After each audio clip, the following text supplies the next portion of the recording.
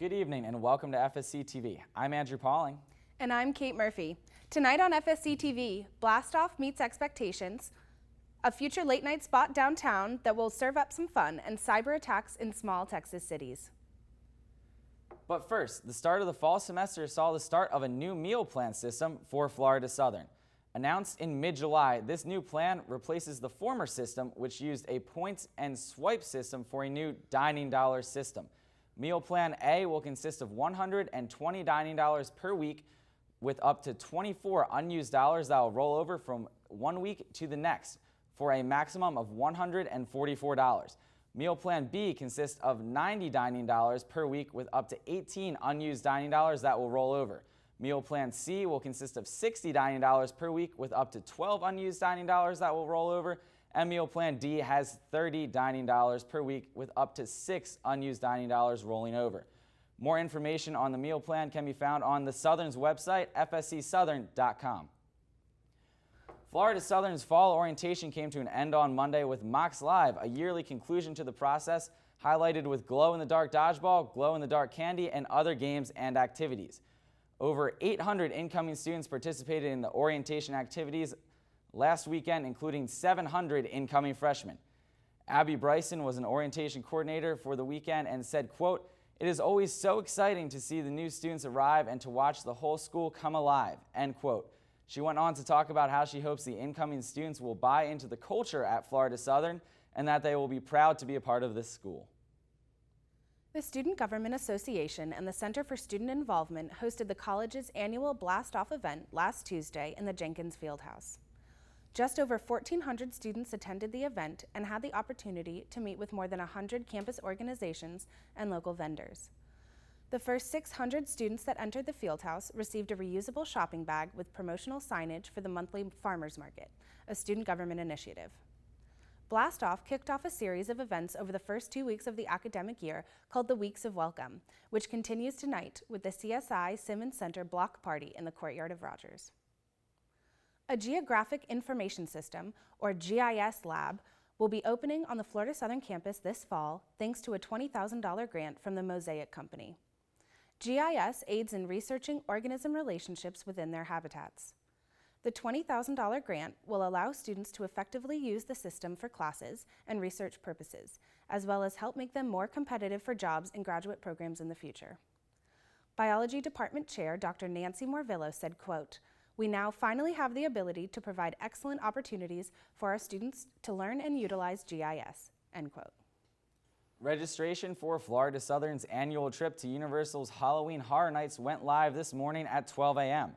The trip will take place on Sunday, September 22nd, and the cost of the tickets is $30, which will cover admission and transportation to the park. This trip is part of the Discover Florida program, which is hosted by the Center for Student Involvement. Students also still have the opportunity to sign up for Discover Florida's Mocs Magic Trip, which will take place on August 31st. What happens when you put a bar and arcade into the same building? Well, in New York City and soon in downtown Lakeland, you get a barcade. Located on the corner of Massachusetts Avenue and Cedar Street, the Rec Room would be the first business of its kind to open in downtown Lakeland and will consist of both domestic and craft beers and wines, as well as various arcade games, consoles, and other activities. The future late night hub is being created by a group including the trio who operated Cobb and Penn in Dixieland, and while they are anticipating a fall opening, no formal date has been set at this time.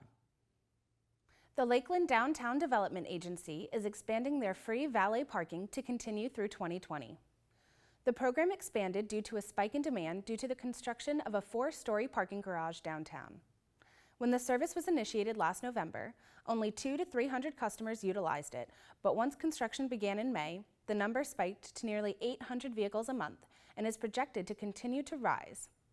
The agency has set aside $35,000 from the 2020 fiscal budget in order to continue the free valet program.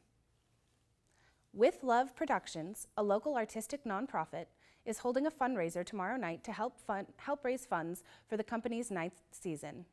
The event, entitled Spotlight Night, A Night at the Movies, will feature the current cast performing dance routines, vocal pieces, and short scenes inspired by the movies. Tickets are $10 in advance and $15 at the door. For more information and to purchase tickets, visit their website at withloveproductionsinc.com. The Amazon company is in the process of constructing their $100 million air cargo hub at the Lakeland Linder International Airport. This past May, Amazon entered into a lease agreement for the land with the city of Lakeland as the online giant plans to move from their property at the Tampa International Airport. The completed complex is expected to be around 285,000 square feet and will be their second cargo hub in the state. The hub is expected to be operational next summer and is projected to bring 1,000 jobs to the city. In national news, the New York Times is reporting that computer systems in 22 small Texas towns were hacked and held for ransom in a coordinated cyber attack last Friday. Officials in Texas said that the virus appeared to affect certain agencies in the towns and not entire government computer systems. Nan Tolson, a spokesperson for the Texas governor, said in a statement that, quote, Governor Abbott is also developing cybersecurity experts or deploying cybersecurity experts to affected areas in order to assess damages and help bring local government entities back online, end quote. Cybersecurity analysts are saying that this may turn into a new phase as, quote, bad guys love to copycat each other, end quote. Commerce Secretary Wilbur Ross said on Monday that the United States is allowing American companies to continue working with Chinese telecommunications giant Huawei for an additional 90 days to allow rural companies more time to wean away from the company. This decision comes after rural telecom companies spent the summer lobbying the White House for more time after the May ban. The temporary relief has happened as trade negotiations between the two nations remain unfinished. The Federal Election Commission has sent a request for additional information to the Treasurer of U.S. Representative Ross Spano's re-election campaign regarding corporate donations which may be in violation of FEC rules. The incident comes after Congressman Spano first drew scrutiny after possible FEC violations during his 2018 campaign. Spano represents the 15th District of Florida, which includes Lakeland. President Donald Trump has recently reviewed plans for the top national security officials to withdraw soldiers from Afghanistan, prompting widespread debate on the future of the region. His goal is to negotiate a deal to create peace between the United States and the Taliban in hopes of bringing soldiers home while preventing the region from becoming a home for future terrorism. Trump claims that troops are being used to rebuild the state instead of fighting a war. Trump has said previously in a tweet that, quote, they are, in addition to everything else, robbing us blind, end quote. Other groups disagree, including some women in Afghanistan who fear their rights will be revoked should the Taliban resume power after U.S. troops are removed. And that's your news for this week. We'll be back with you guys next week at 5 o'clock on FSC TV. Until then, you can follow us on Twitter at TV_FSC or on Facebook at FSC TV.